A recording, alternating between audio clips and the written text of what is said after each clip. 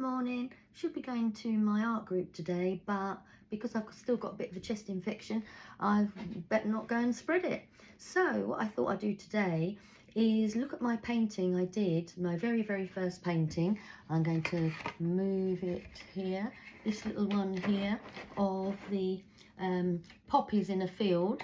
I was very lucky that the art teacher sat next to me and helped me do the painting, explaining the different ways of doing watercolour.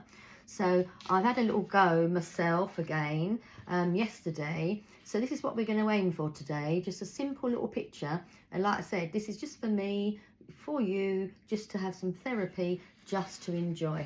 But because now I've done a little bit of painting, I now know I want to put borders around. I've got better paper, again, you know, the Winsor & Newton paper, which is a really good feel to it. So if I do like this painting better, I'll frame it and then I'll take the other one off the wall. So just a bit of masking tape just around the edge, so then that will frame my picture, and it just gives that little bit of extra look. Just to say thank you very much to the people who actually purchased these pictures here. So yesterday sold red poppies and blue poppies, and that's a big thank you. I'll be packaging them up later today, so you'll get them by the end of the week on there. So thank you very much. So right, to start off with then, we just do our little bits of masking tape just around the outside. You can do this picture any size. All you really need is a few colours, but you can choose on whether you want to do it as a bright picture, a soft colour picture, and again, whatever size. With a little watercolour like this, because it's quite a loose picture, you can do it as big or as small as you want to. So right, I'm just going to be putting this masking tape on. Just gives it a nice border. And I don't do it very often, but today that's what we shall do. There we go. I don't push it down too hard because I don't want it to ruin the paper when it finishes. Okay, so first step, masking tape. For explaining here, the horizon mustn't be across the middle of the picture, because again it doesn't give the correct eye line. So I will just use my ruler and just put a line, a very faint line, using a watercolour pencil. So when I've done my watercolour, that will be all wishy-washy in it. So I shall do about 3/4 up, just a line for my horizon. Doesn't have to be completely straight, because it's all going to be a very subtle, soft line on that one. Okay, just any watercolour pencil. So what I do to start with, I'm going to, because it's all very wishy-washy, I think I should just do like a little bit of a faint wash over the paper, just to make it easier to paint on. But I will want the foreground a little bit yellowy and greeny. So what I should do is just mix up a tiny little bit of almost like dirty water, and then I shall just put it across with a big brush on my paper, and that will make it easier for me in a minute to decide on how I'm actually going to be doing this picture.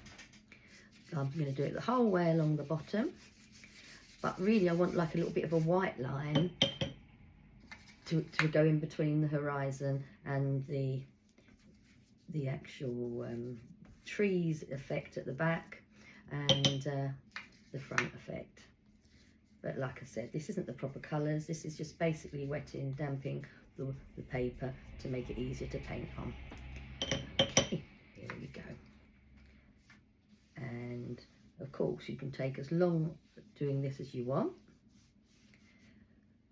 The back of the picture, it's more like purpley, like stormy looking. So for the sky, I'm going to be putting like a bit more of a dirty sort of colour.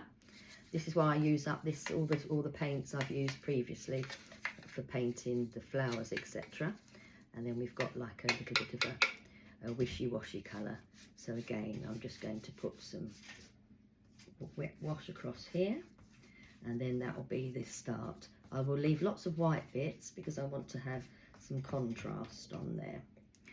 Right, so that was using like a large brush because I didn't want it to be too Pacific. But now I'm going to take my favourite brush, and I like the idea of doing the background bit first.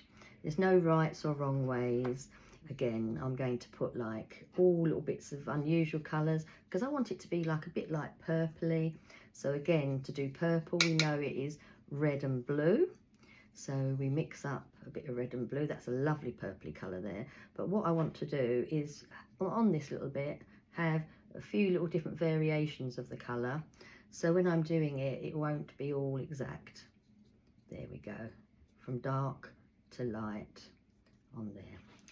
So now I'm going to actually do my little bits of my backgroundy sections, which would be like, there'll be some trees, which I want a bit more of the red for the trees on there. And again, I need it to be quite wet on here.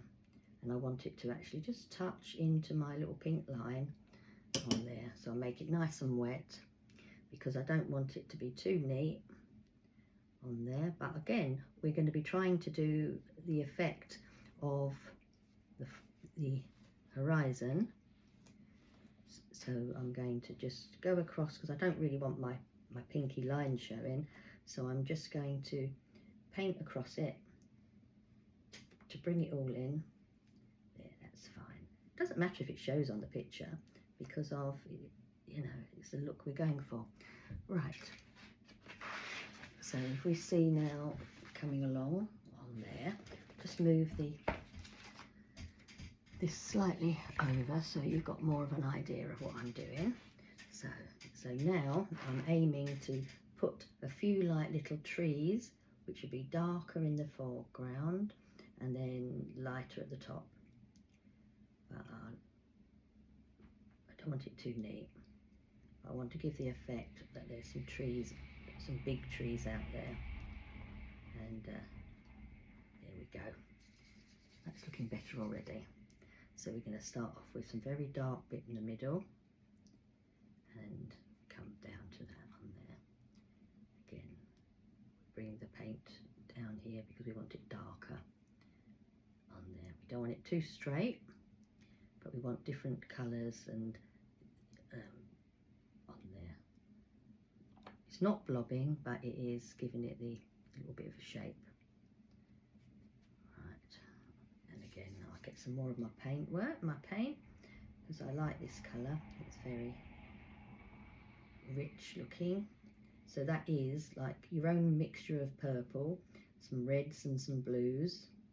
You go over your masking tape because you don't want that to be two straight lines. Right, so we've got some bits there we need to just like come across, and we want to blob it a little tiny bit because to get depth in there.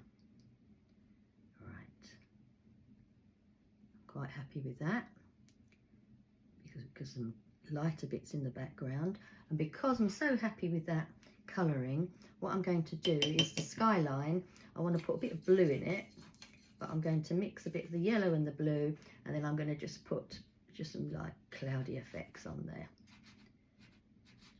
Just a little bit of movement because we want it, it's almost like a horrible day, and we know what those are like today out there, it's pouring with rain. Right, so if I just put this up now so you can just see the background. Within those sort of couple of minutes, see the darkness coming in the sky, and then you've sort of got your horizon. And now we're going to do the two colourings. This section should be darker because of course you won't be seeing all the poppies. The front section you want to do it enough so you can actually put poppies what will actually jump out at you to see on there. I'm going to stop it for the moment because I'm going to go and wash my water.